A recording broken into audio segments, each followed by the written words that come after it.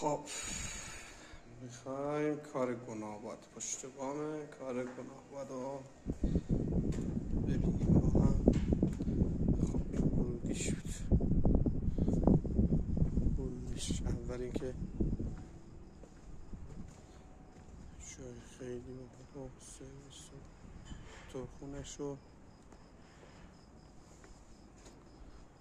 نوه محیط بسیار قشنگ با نور بسیار لایت باحال.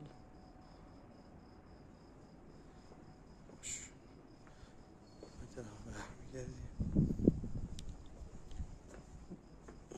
جا علاچق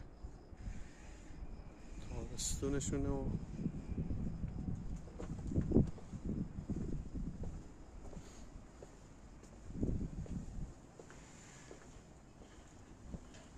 اینجا علاچق زمستونی شد که باید برقش رو روشن کنیم.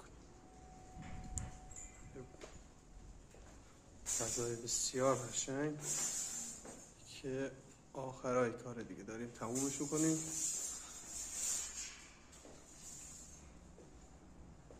اینجا هم که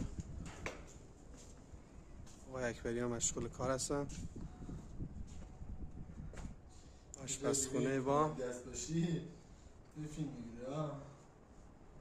شما هستی دیگه، نیاز به ما نداری که خود تا استایی دیگه، نیاز نیست ما بیام کار کنم. بهت یاد دادم الان چیکار کنم. بس یه شاگرد برات میاد.